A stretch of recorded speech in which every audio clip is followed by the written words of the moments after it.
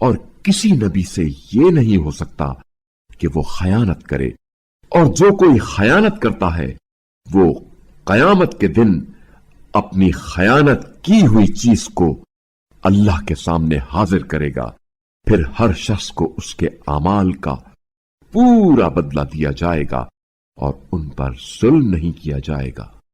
کیا جو شخص اللہ کی خوشنودی کا تابع ہو وہ اس شخص کی طرح ہو سکتا ہے جو اللہ کے غضب میں گرفتار ہو اور جس کا ٹھکانہ جہنم ہو، اور وہ بہت برا ٹھکانہ ہے۔ اللہ کے نزدیک ان کے لیے درجات ہیں اور اللہ ان کے اعمال کو خوب دیکھنے والا ہے۔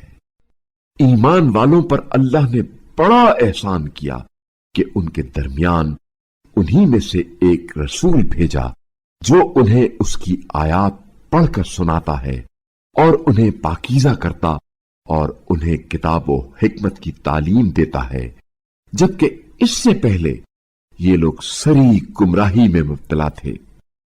مسلمانوں، جب تم پر ایک مصیبت پڑی تو تم کہنے لگے یہ کہاں سے آئی، جبکہ اس سے دگنی مصیبت تم فریق مخالف پر ڈال چکے ہو۔ کہہ دیجئے یہ خود تمہاری اپنی لائی ہوئی مصیبت ہے۔ بے شک اللہ ہر چیز پر قادر ہے۔ اور دونوں فریقوں کے درمیان مقابلے کے روز تمہیں جو مصیبت پہنچی وہ اللہ کے اذن سے تھی، اور اس لیے بھی کہ اللہ دیکھنا چاہتا تھا کہ مومن کون ہے، اور یہ بھی دیکھنا چاہتا تھا کہ نفاق کرنے والے کون ہیں۔ جب ان سے کہا گیا آؤ اللہ کی راہ میں جنگ کرو یا دفاع کرو تو وہ کہنے لگے اگر ہمیں علم ہوتا کہ طریقے کی جنگ ہو رہی ہے تو ہم ضرور تمہارے پیچھے ہو لیتے۔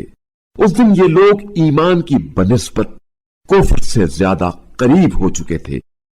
وہ اپنے منہ سے وہ بات کہتے ہیں جو ان کے دلوں میں نہیں ہوتی، اور جو کچھ یہ لوگ چھپاتے ہیں اللہ اس سے خوب آگاہ ہے۔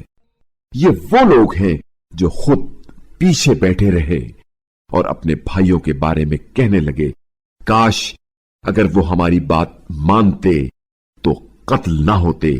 ان سے کہہ دیجئے اگر تم سچے ہو تو موت کو اپنے سے ٹال دو، اور جو لوگ راہ خدا میں مارے گئے ہیں قطعاً انہیں مردہ نہ سمجھو، بلکہ وہ زندہ ہیں، اپنے رب کے پاس سے رزق پا رہے ہیں۔